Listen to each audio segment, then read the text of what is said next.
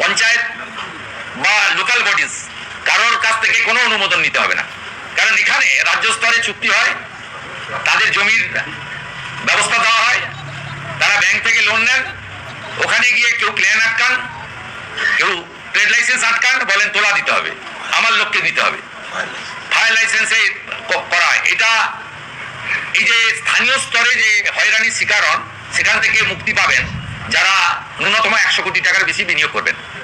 সবচেয়ে বড় কথা, আগের সরকার শিল্পে ইনসেন্টিভিয়াস তুলে দিয়েছিল, বর্তমান সরকার এই শব্দটি, এই ব্যবস্থাটা ফিরিয়ে আনলো, 5,000 কোটি টাকার প্রভিশন রেখেছে এবং এই 5,000 কোটি টাকা মূলত কর্মসৃষ্টি সংক্রান্ত যারা শিল্প করবেন তাদেরকে ইনসেন্টিভিয়াস দেওয়ার কাজে অগ্রাধিকার দেবে বর্তমান সরকার।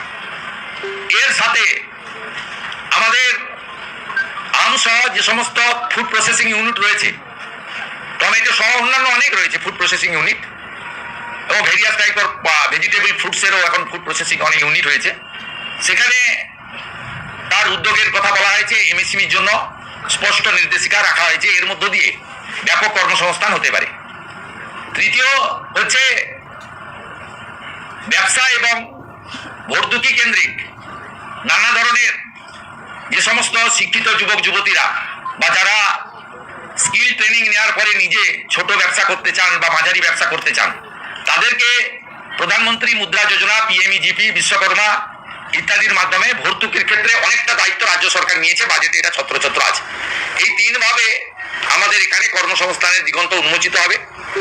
এর সুফল আগামী 6-8 মাসের মধ্যেই আপনারা দেখতে পাবেন। প্রত্যেকটা জিনিসের একটা প্রসেস থাকে, একটু সময় লাগে, এবং মহিলাদের সংরক্ষণের কথাও আমরা বলেছি।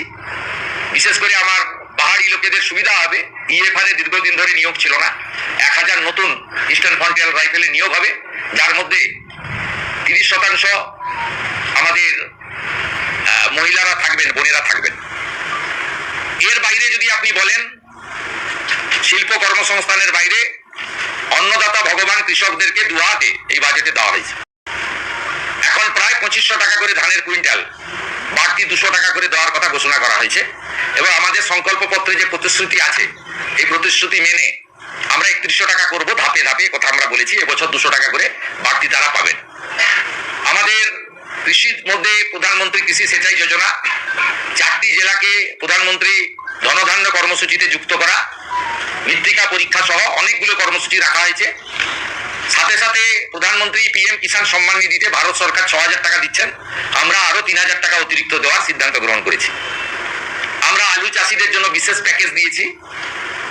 প্রত্যেক আলু চাষি তারা কুইন্টালে 200 টাকা করে ভর্তুকি পাবেন, এবং তাদের বীজ এবং কোল্ড স্টোরেজ, ট্রান্সপোর্টেশন, এক্ষেত্রেও গুরুত্বপূর্ণ সিদ্ধান্ত নেওয়া হয়েছে।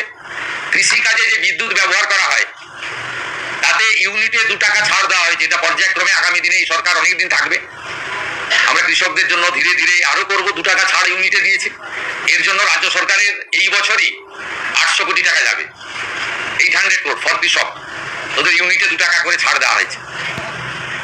এর সঙ্গে যদি নারী শক্তি, দেবী শক্তির কথা বলেন, 3,000 টাকা 28 লক্ষ ইতিমধ্যে পেয়েছে। আগামী 1 জুলাই আরো 1,05,00,000 অ্যাকাউন্টে টাকা ট্রান্সফার হবে। তার প্রভিশন অর্থমন্ত্রী রেখেছেন 36,000 কোটি টাকা। যারা ড্রপ আউট আটকাতে গ্র্যাজুয়েট বা ইউনিভার্সিটি স্তরে ছাত্রীদের জন্য এককালীন 50,000 টাকার কথা ঘোষণা করা হয়েছে, এবং